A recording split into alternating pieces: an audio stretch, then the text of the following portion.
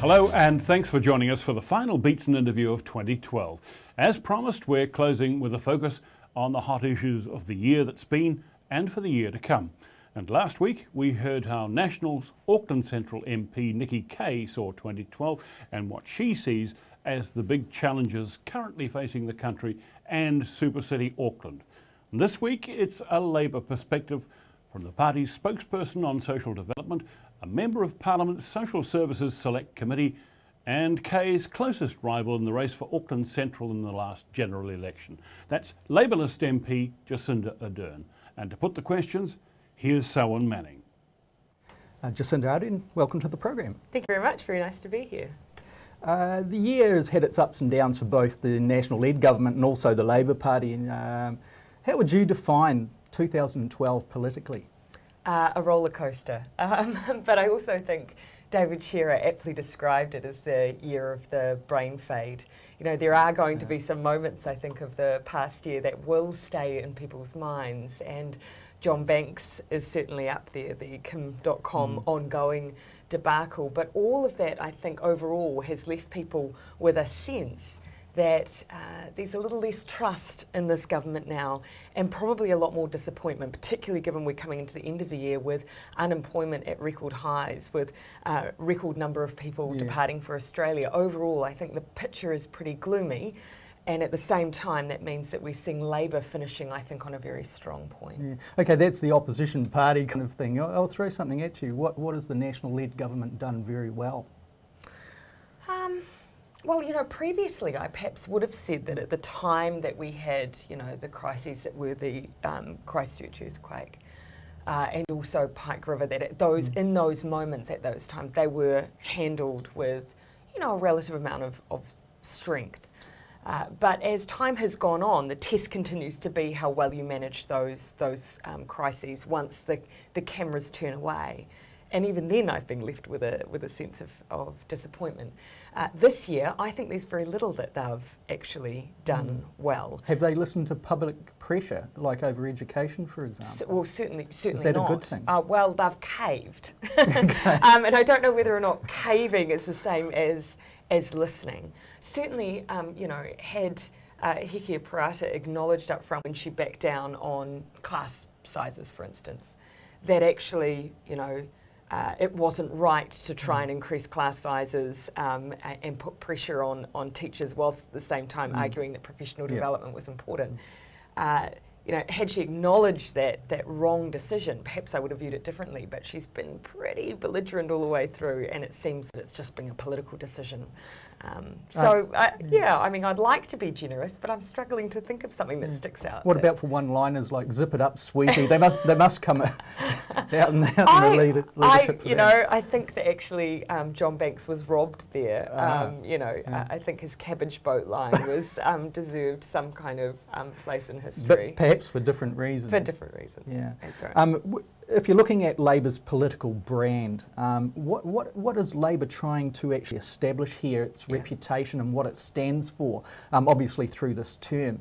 For example, some people would say, well, Labour has been preoccupied with trying to actually occupy that centre-right ground where past voters would have given their support to National, and that Labour is trying to get hold of that vote again. Is that fair, or is it just Tory spin? Yeah, that's not certainly not what I see happening, and as a member of the Labour Party, what for do me, you see there, then? Yeah, for me, I think we've ended very strongly on this notion, and that is that it's not good enough, particularly from a Labour perspective where we believe in trying to actively improve people's lives. It's not good enough to take a hands-off approach to governance.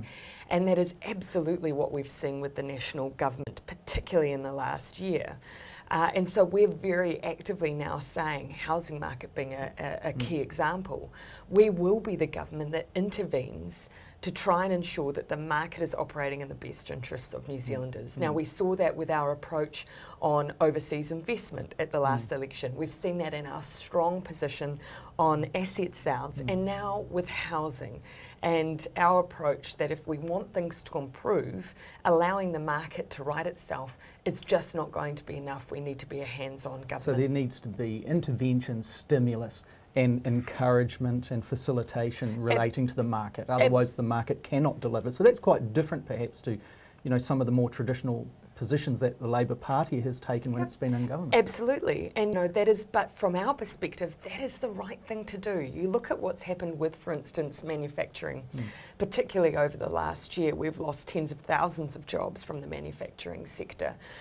We tried to trigger an inquiry alongside New Zealand First and the Greens to say, well, it's not good enough that we simply accept that we continue to chase those low-income jobs and allow our manufacturers simply to look offshore.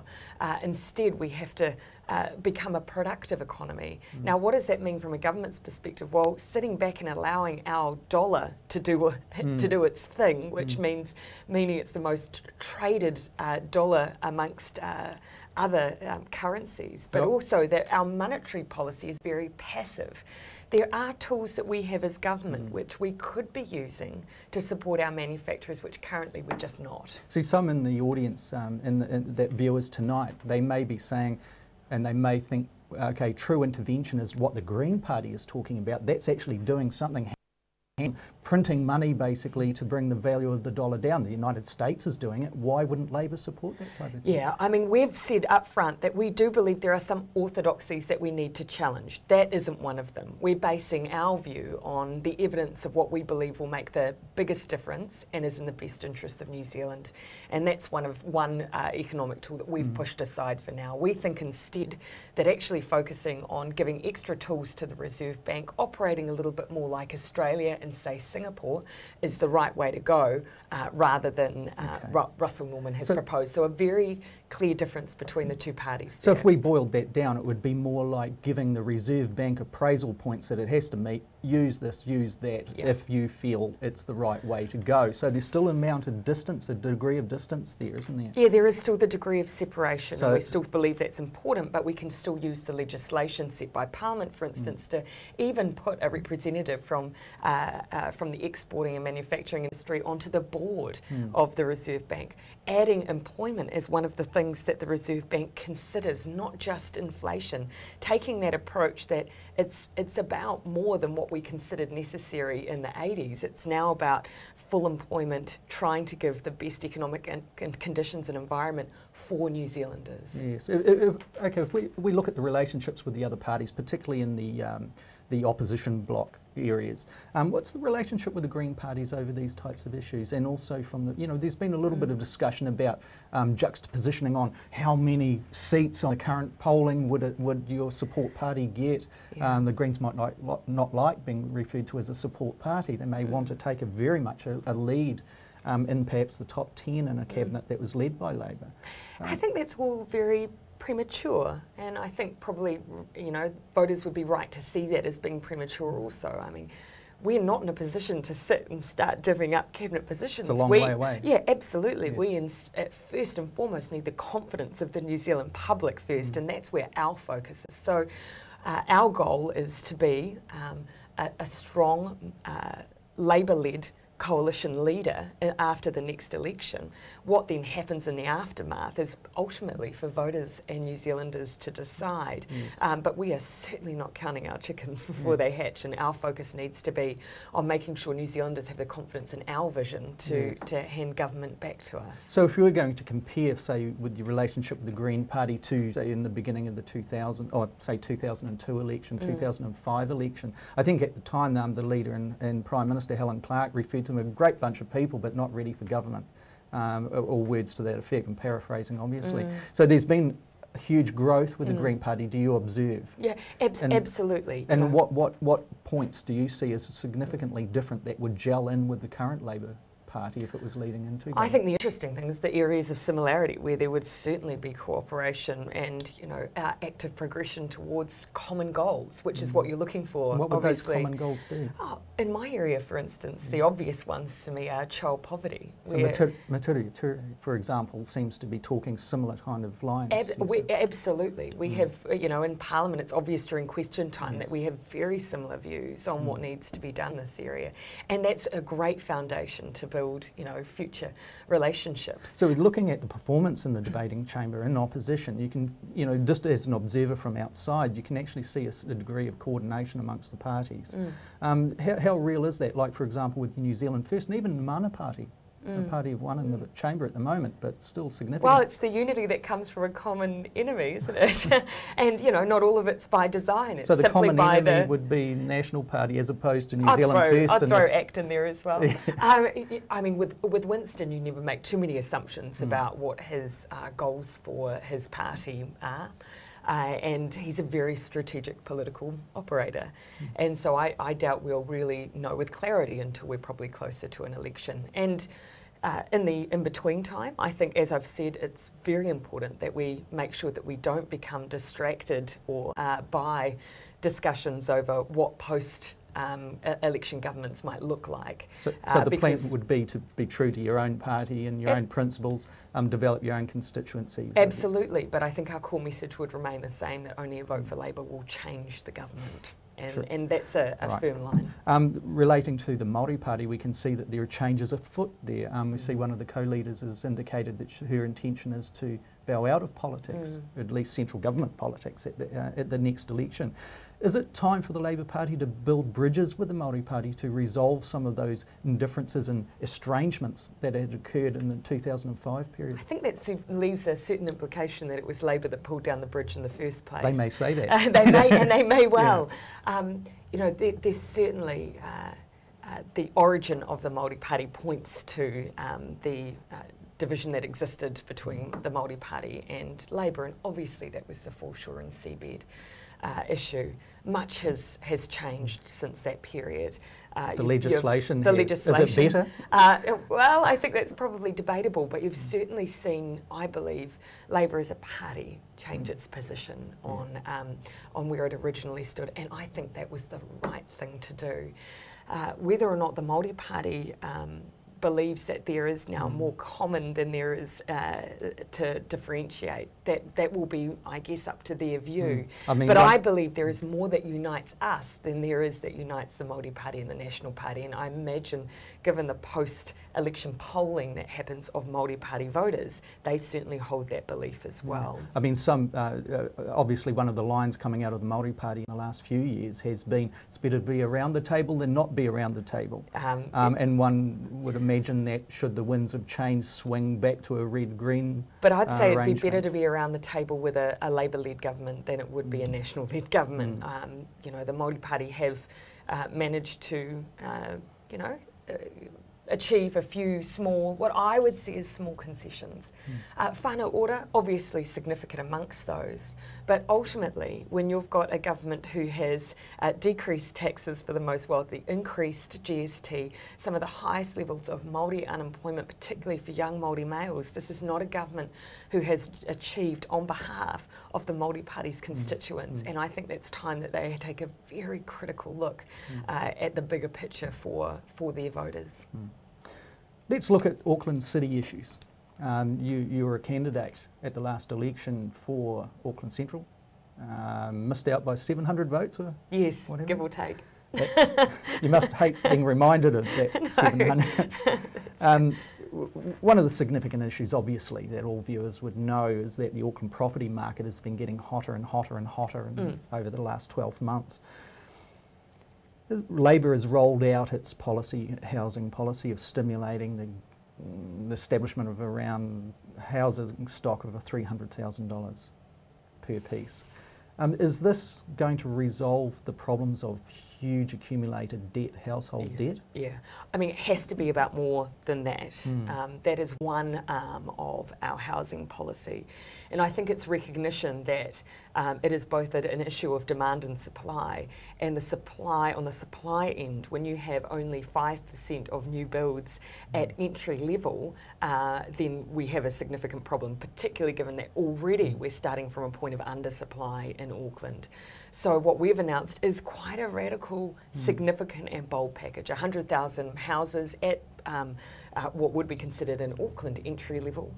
Working alongside council though, not just in building, getting involved in that literal build, which is injecting $2 billion into the economy and producing 2,000 apprenticeships along the way, but also doing things like creating a national policy statement that says to council, you are obliged to ensure that there is provision of affordable housing in your area. So that means freeing up land to, again, try and address that supply issue.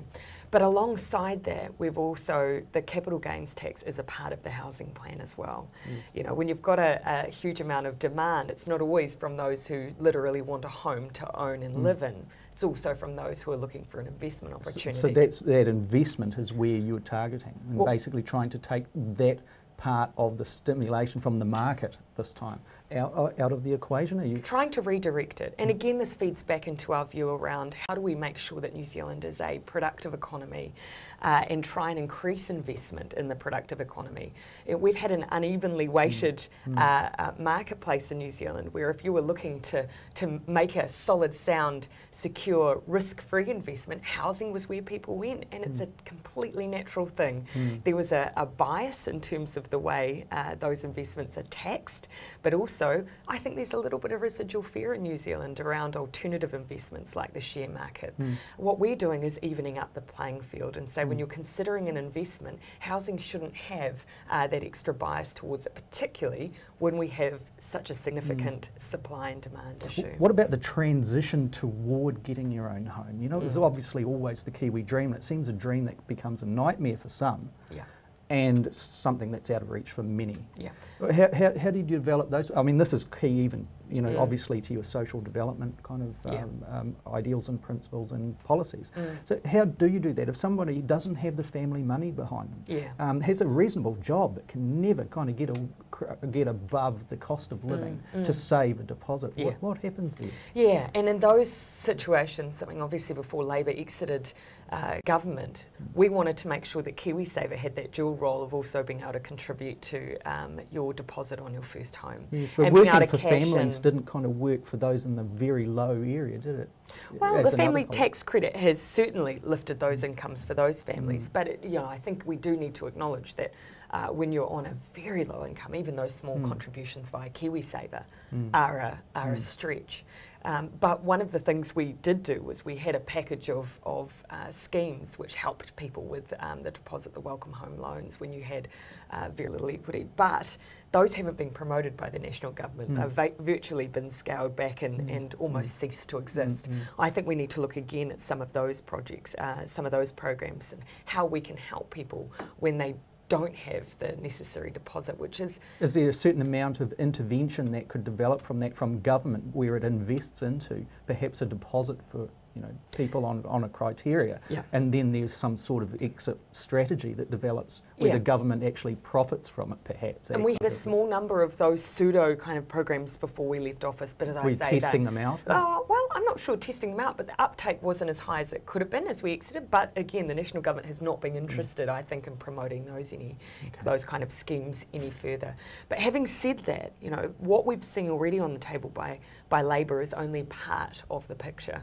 We've already said that we've got more to do on the social housing, community housing, state housing front. And community housing is something that's been developing under a national-led government in a sense. Do you see it as another avenue of the national-led government stimulating private investment in that area? And is that, if so, is that different to what Labour would approach? I'm still waiting to see what I believe is a decent, well-supported community housing plan from this government. There's been a lot of talk, a lot of rhetoric, but you talk about those who are working in the field, they haven't seen a literal increase in stock, and that's ultimately what we need. I've seen what National's done is simply a redirection away from their core responsibility of state house provision. So for us, it's not about dumping our responsibility as providers of housing as a state. I think that will always exist as a role for a Labour government. And National, I think, have taken a different ideological position.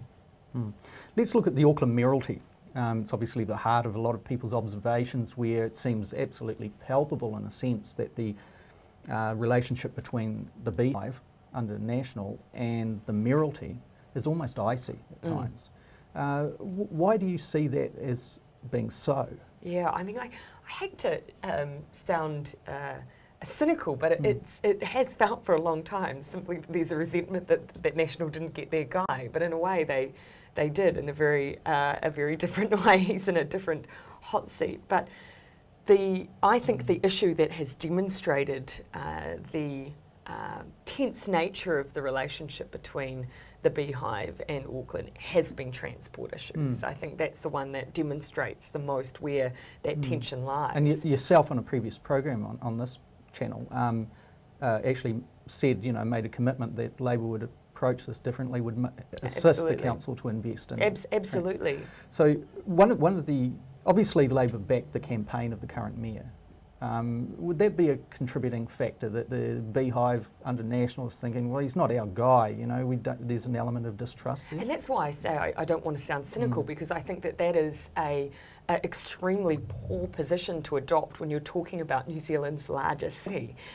Trivial, petty issues around whether or not he's aligned closely enough with your party or your opposition party. We can't afford to take that kind of position when it comes to the mayor of the super city. Would you take a different line? If you won Auckland Central, John Key decides, I've had enough of Beehive politics, I'm going to become the mayor of Auckland, and he's successful. That relationship, there would be a trust issue there, wouldn't there? Yeah, there's no denying it. We are ultimately, flawed human beings, and trust would certainly play into that to a certain degree. But at the end of the day, we have to try and form working relationships that enable us to move Auckland forward, and that is ultimately what Len campaigned on. That was the platform he presented. But he also has his own credibility he needs to defend. He was a mayor who campaigned on the need for a city rail link, ultimately, to try and open up the heart of Auckland. Yes. To now have Jerry Brownlee dispute that it's necessary, I mean, that's obviously going to create tensions between the two. What about tensions between Labor and the Mayoralty? For example, over the ports of Auckland, most recently, only last week, we saw the Employment Court come out with a ruling that said the management at the ports of Auckland, which is owned by the city, the mayor's responsible in a way, as a governor in a sense of that, that the management was acting illegally when it locked the striking workers out and put scab labour in. And now we as ratepayers will pay for that. We'll pay for that $40,000, that is the fine. The mayor seemed to be keeping this whole issue at that time at arm's length. I mean, you've, as a caucus, have many unionists in your caucus. What was the mood between the wants of your caucus, perhaps, and what the mayor was doing and keeping arm's length to this whole issue? I think we were actually quite transparent about our view on this issue. Len took a position that it wasn't his place for various reasons to actively intervene. We thought there was a stronger role that he could have played. We were open about that. We were also open on our position around what was going on down at the ports, and continue to be. This is in no one's interest for this dispute to continue, not least those who are working on the port and who want to resume with the roles and the jobs that they were doing before all of this, this dispute ensued. So if you're in government, and one would imagine Len Brown will run again, and that the Labor Party would back his campaign in some way.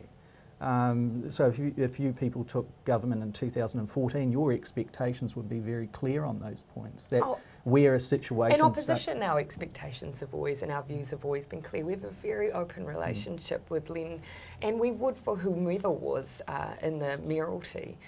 But as I've said, ultimately we have a common vision and a common goal for Auckland, and I think that at the moment what we're seeing is that probably we might see a little more haste, a little more cooperation if we had in central government a government that was more closely aligned with the views, the values and the ideas of the current mayor. If we look at your political opponent, Nikki Kay, in Auckland, she canvassed a view and promoted an idea that perhaps the waterfront should be extended for use of people to be able to spread across. And obviously what was being raised there was whether or not the ports of Auckland should be moved off somewhere else to open up that land. What's your view on this? I think overall we need to have a discussion about the ports of New Zealand. You know, there's been for a long time very independent operation of various ports across the country. There's been a discussion over the need for some port consolidation. So I would say that we need to take a strategic look at ports across New Zealand as part of a wider strategic transport plan. That means looking at whether or not there's room for greater cooperation. At the moment, we have Tauranga and Auckland in particular competing against each other, driving down the prices. New Zealand looks very, very favourable in comparison to, for instance, some of the port fees you'd see across the Tasman. So we need to have a bit of a discussion about that. Discussion about that part, but a discussion too relating to whether or not Aucklanders should claim more of that waterfront. Do you think that there's merit to that? We have that discussion first, then the next discussion becomes, and what of Auckland port future? Of course, being the city that we are, we need a port. Do we need it in the place where we have it? Where, in order to meet the growing demand for that port, we would literally have to expand into the ocean. So you're saying it's a non-sustainable entity? Well, I think we need to ask the question, in that position, is that the best place? Where else would it be? Given, well, that's the next stage of the question. But you've got ecological I'm not giving you a conclusion, but what I am saying is if we're looking at, in the next couple of decades, that even with that expansion, we might still then have additional demand we can't meet within the footprint of the port. Well, let's not start investing huge amounts of money into that kind of growth until we know whether or not it's the best place for the port to be. I think that's a fair question, and I think Aucklanders deserve to be involved when we're talking about what would be a significant increase in footprint across the Auckland waterfront. Okay. What are the big issues, if you were looking through to 2013, that you feel that you would like to appraise your own performance on once you get to this time next year? Well, I guess I see myself as obviously a member of a Labour team, so it's very easy, I guess, to have one's own personal goals. You're not going to be a walker jumper then, obviously. No, certainly not, certainly not. But I think our goals collectively are to continue to present to the New Zealand public a really strong plan around issues that are really front of mind at the moment, and that would be employment, education, the environment and kids. Those for me are some really key areas where I think people are really longing for a sound plan. Education from the outside, it seems like it's begging for some strong opposition leadership on that. Is there going to be a change, do you believe? I believe that we've demonstrated that we are taking a very strong position on education. Not only earlier in the year did you see David Shearer come out and give a keynote speech on education with some really strong ideas with where Labour wanted to go and the contrast between Labour and National. But you've also got the likes of Chris Hipkins stepping in and assisting with the education team while Nanaya is on maternity leave, presenting a very strong front to Hekia in his role already as education spokesperson, specifically on Christchurch. We saw that as important enough to have an individual spokesperson. It's Christmas time. It is, thank goodness. What's Christmas time mean to you personally? Family. I love Christmas. You know, I'm not one to cover my apartment with decorations or anything like that, but I think I love that. What about a Christmas tree? I've got this little tiny miniature one. It's not even a sprig. It's an Auckland kind of tree for apartment living. I think I love that sense of homecomings, and because my family live across the globe, we all come back together to Morrinsville naturally at Christmas time, and so I really love that time of year. Special time. It's a very special time. Barbecues over the Christmas holiday If there's no cyclone. Barbecue at Phil's? Or is there a couple of Davids that you can... Yeah, you know, when Phil was leader, we had barbecues at his place. Sometimes successful. We can take a joke. Jacinda Ardern, thank you very much. Thank you. Selwyn Manning with Labour's spokesperson on social development, Jacinda Ardern. And that's it from us for 2012, except to say Merry Christmas, Happy New Year, and we'll be back in February with a new face nationwide on Sky as well as analogue in Auckland. Meantime, it's thanks very much to our team for 2012 here at Triangle Television. Thanks to you for your company, and see you next time.